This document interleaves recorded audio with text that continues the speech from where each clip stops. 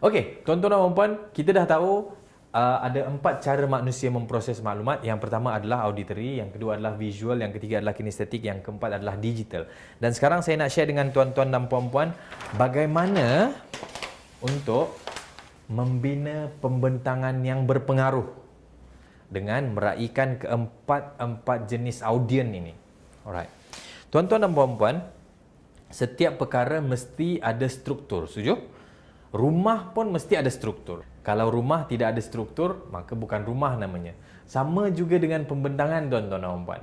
Sekiranya anda boleh strukturkan pembentangan anda, sekiranya anda boleh arrange pembentangan anda, dan sekiranya anda arrange pembentangan anda dengan meraihkan audiens yang pelbagai, that is the secret of impactful presentation, ataupun itulah rahsia pembentangan yang berpengaruh. Saya nak share dengan tuan-tuan dan puan-puan. Sekiranya anda ingin membuat pembentangan, alright, anda boleh keluarkan satu paper, satu kertas putih, dan saya nak tuan-tuan dan puan-puan buat satu table. Alright, sekali lagi, saya nak tuan-tuan dan puan-puan keluarkan satu kertas. Saya nak anda jadual. Yang mana jadual ni di atas anda biarkan ada 6 kolom. Alright. Yang pertama, objektif. Alright. Dan yang kedua, auditory. Alright. Yang ketiga, visual. Alright. Yang keempat, kinestetik. Yang kelima, digital. Dan yang keenam adalah masa ataupun time. Dan tuan-tuan dan puan-puan, so kita sudah ada satu table, kita sudah ada satu jadual. Saya nak tuan-tuan dan puan-puan bahagikan jadual ini.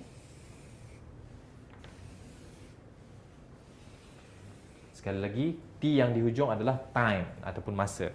1, 2, 3, 4, 5, 6. Ada 6 kolom. Alright. Awal tadi saya share dengan tuan-tuan dan puan-puan, setiap pembentangan perlu ada objektif. Betul? Sekiranya tuan-tuan dan puan-puan anda ingin membentangkan sesuatu, anda perlu ada satu objektif. Sekarang, contoh sekarang.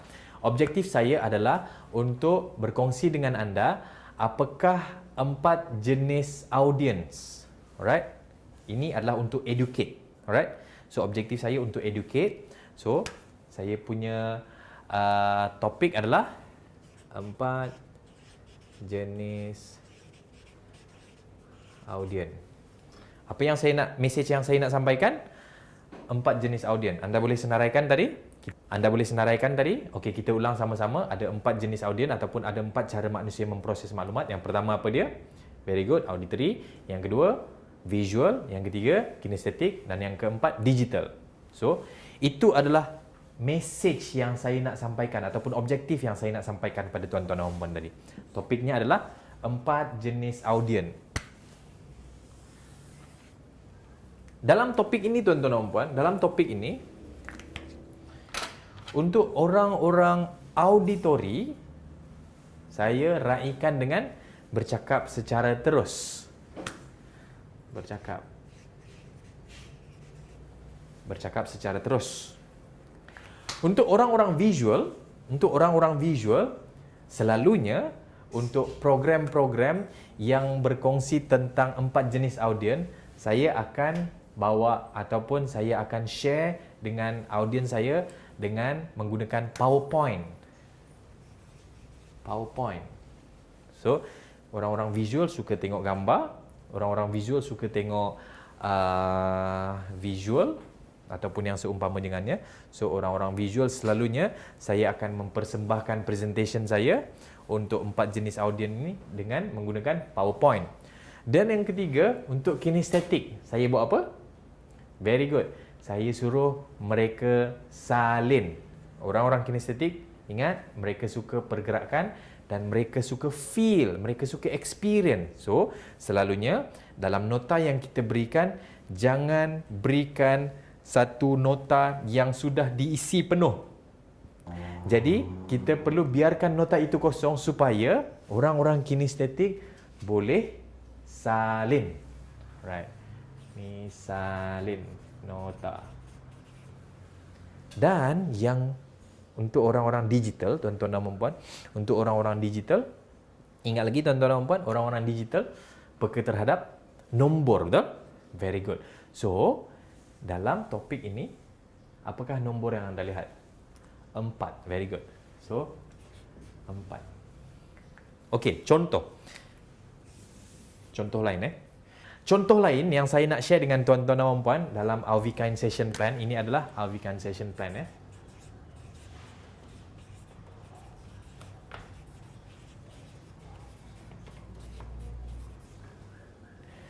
Tuan-tuan dan puan, kalau anda masih ingat, ada 3 komponen dalam komunikasi yang telah dikongsikan oleh Profesor Albert Mahrabian. So, saya nak share dengan tuan-tuan dan puan another contoh seterusnya. Bagaimana kita nak apply Alvikain Session Plan untuk membuat satu pembentangan yang berpengaruh. Alright. Tadi, previously, kita ada satu topik yang mana saya nak share dengan tuan-tuan dan puan apakah 3 komponen dalam komunikasi. So, topiknya adalah 3 komponen komunikasi. Alright. So, ini adalah yang saya nak sampaikan. Ini adalah message yang saya nak berikan pada tuan-tuan dan puan. Alright. So, saya nak tanya tuan-tuan dan puan. Untuk orang-orang auditory, bagaimana saya raikan orang-orang auditory? Yes, very good. Bercakap secara terus. Bercakap. Right? Dan untuk orang-orang visual, tuan-tuan dan puan, untuk orang-orang visual, very good. Saya telah menggunakan flip chart. Saya telah menggunakan flip chart. Ini adalah untuk kita attract orang-orang visual. Very good.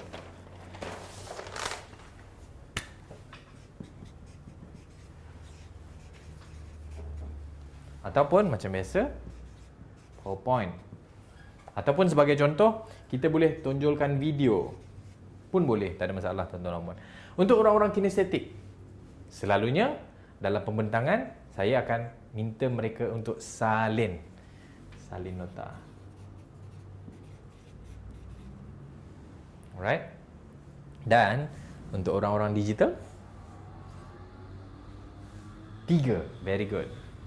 3 komponen. Dan juga tuan-tuan dan puan, orang-orang digital juga suka akan flip chart. Sebab dengan flip chart, mereka tahu proses. Yang pertama adalah words, yang kedua adalah voice, yang ketiga adalah body language. Berbanding dengan sekiranya kita membentangkan dengan PowerPoint. Orang-orang digital susah nak tangkap bila kita terus paparkan PowerPoint, unless PowerPoint itu mempunyai struktur ataupun sequence. Contoh saya share dengan tuan-tuan dan puan tadi. Proses komunikasi ini saya tulis sebab untuk meraikan 2 jenis audien. Yang pertama orang-orang visual dan yang kedua adalah orang-orang digital. Alright, orang-orang digital ingat mereka suka sequence. First kali saya lukis yang ni, sender, saya tulis yang ni. Kemudian saya tulis message dan seterusnya receiver dan seterusnya kita ada channel dan seterusnya kita ada feedback dan last sekali noise. Dan flip chart ini juga sangat efektif dan sangat diperlukan sekiranya anda nak memulakan presentation ataupun anda ingin membuat apa-apa pembentangan. Alright. So, di sini 3 komponen untuk topik 3 komponen dalam komunikasi. Untuk orang-orang digital, kita attract dia dengan nombor dan juga dengan flip chart. Dan last one, saya nak share dengan tuan-tuan dan puan. Okay. Message yang saya nak sampaikan adalah proses dalam komunikasi. Proses.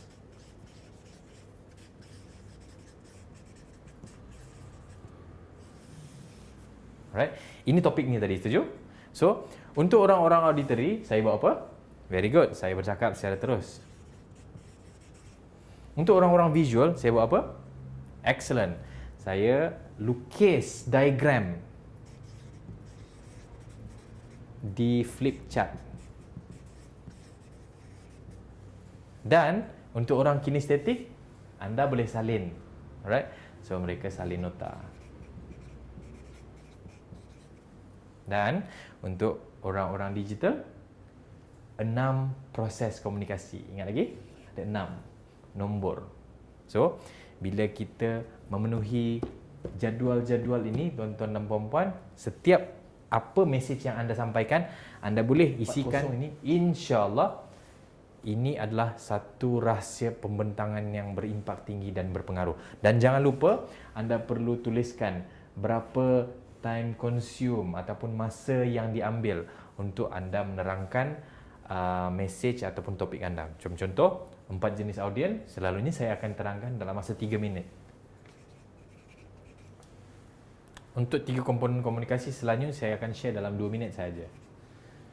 Dan proses komunikasi saya akan share kadang-kadang capai 5 minit. Dan seumpamanya. So, poin saya adalah, bila anda tahu objektif anda, alright, anda susun mesej-mesej yang anda ingin sampaikan kepada audiens, plus anda sudah mengetahui apakah jenis-jenis audien, pada masa yang sama anda tahu bagaimana untuk attract audiens anda based on message yang akan anda sampaikan. InsyaAllah apa yang anda sampaikan semua akan rasa macam wow, best sangat. Dan tuan-tuan dan puan, untuk kinestetik juga saya ingin kongsikan dengan tuan-tuan dan puan, anda juga boleh membuat pergerakan. Contoh, selepas anda selesai share pembentangan anda boleh beritahu kepada semua peserta-peserta, saya nak tuan-tuan dan puan dalam masa 3 minit, anda tuliskan apakah perkara yang anda telah dapat di sepanjang perkongsian saya tadi. So, dalam masa 3 minit, semua orang akan salin, tuliskan, akan fikirkan balik 3 perkara. Okey, mungkin yang pertama, saya belajar cara untuk komunikasi. Yang kedua, cara untuk ataupun proses dalam komunikasi. So, mereka akan salin. So, itu adalah satu aktiviti untuk kita attract orang-orang kinestetik.